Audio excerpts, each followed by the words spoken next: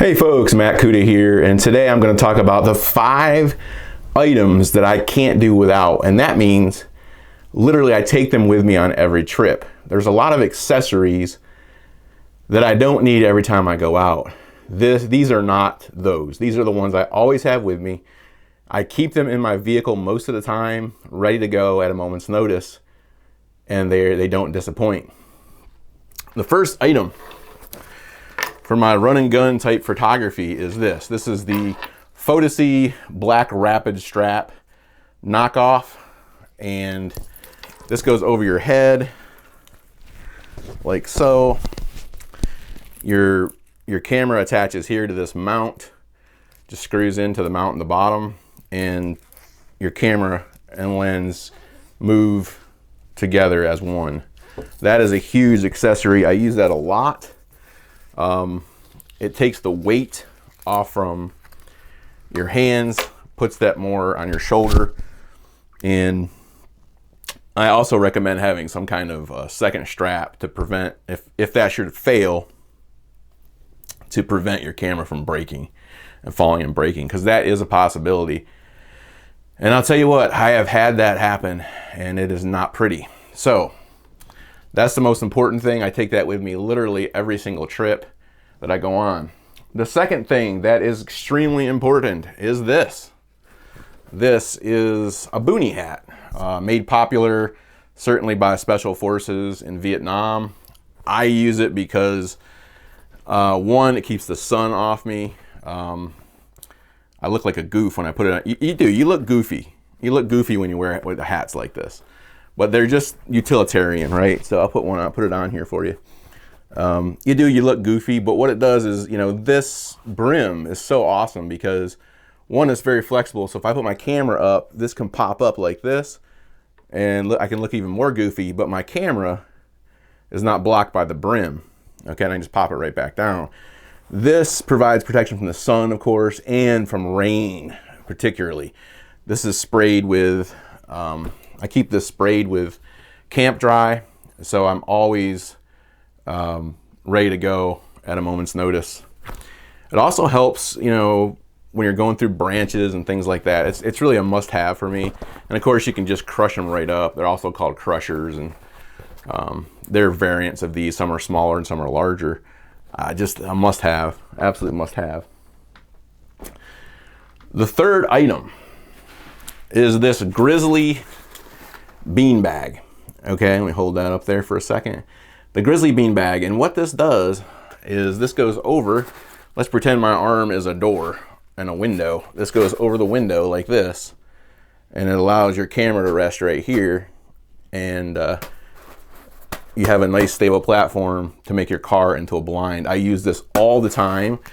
I use it at places like any kind of wildlife drives, like Merritt Islands, Black Point, the wildlife drive over in the Orlando area at Lake Apopka. Anytime I'm in the car, I use it for backyard bird photography all the time. I always have it in the car. Oh, bear photography as well. I always have it in the car because I never know when I'm going to be in a situation where I need it. And it provides a stable enough platform that I can even do some video on it. If it's just locked down kind of, don't pan or tilt with it, but just locked down on a bird kind of video, I can still use it. So that's a must-have.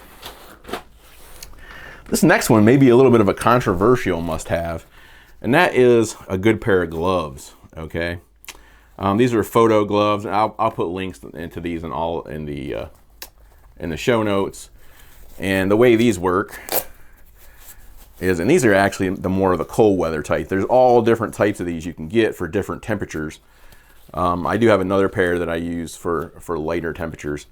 But what's great about these is the fingers come off like this and allow you to operate the lens or the camera or whatever, and you can just pop them right back on when you get cold, like so.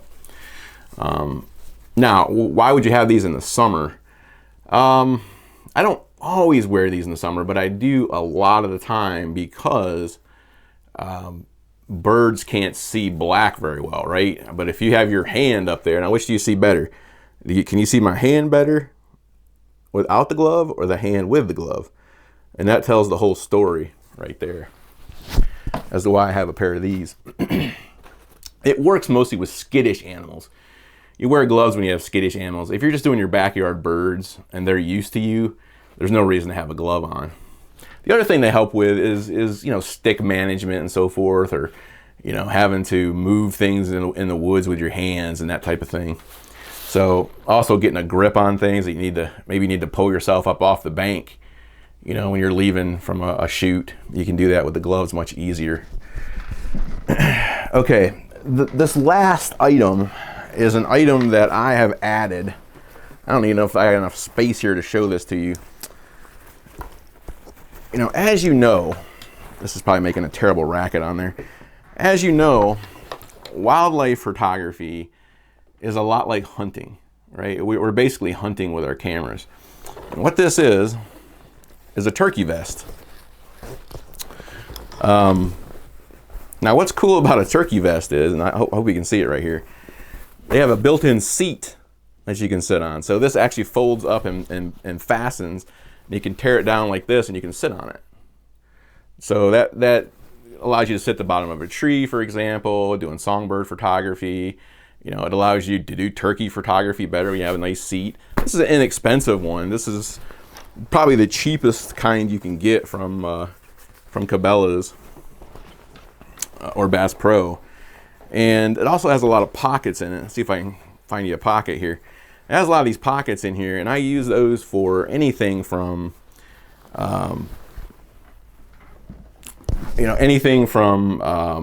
extra lenses to cans of drink, you know, a 20-ounce bottle of water, you know, anything like that will fit in there.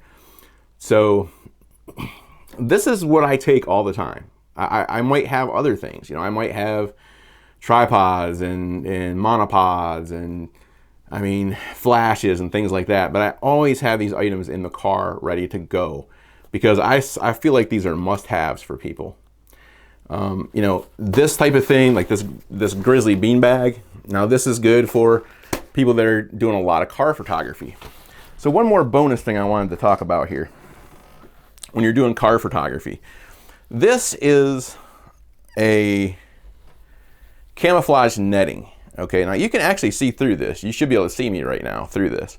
So it's very light and it's very transparent, but when light strikes it at a certain angle, like from the side, it gets very dark and hard to see through. The other thing that you can do is you put this over your car door and you cut a little hole in here. Let's see if I can find the hole. There's the hole. You can see my face through there. That's where you put the lens. And then you can fold it over as many times as you want to provide more and more obscurity for use from the animals. I keep this, it's very easy to just wad it right up in a ball and stick it anywhere. I keep it in the car all the time. Very inexpensive. Again, I'll have this in the show notes. That's really all I had for this episode. I hope you enjoyed it. I hope that you'll take some of these things that I showed you and use them, because I feel like they have upped my game considerably over the years. Thanks for watching. Make it a great day and get out there and enjoy nature. Bye-bye. So how can you help me at Matt Cuda Nature Photography?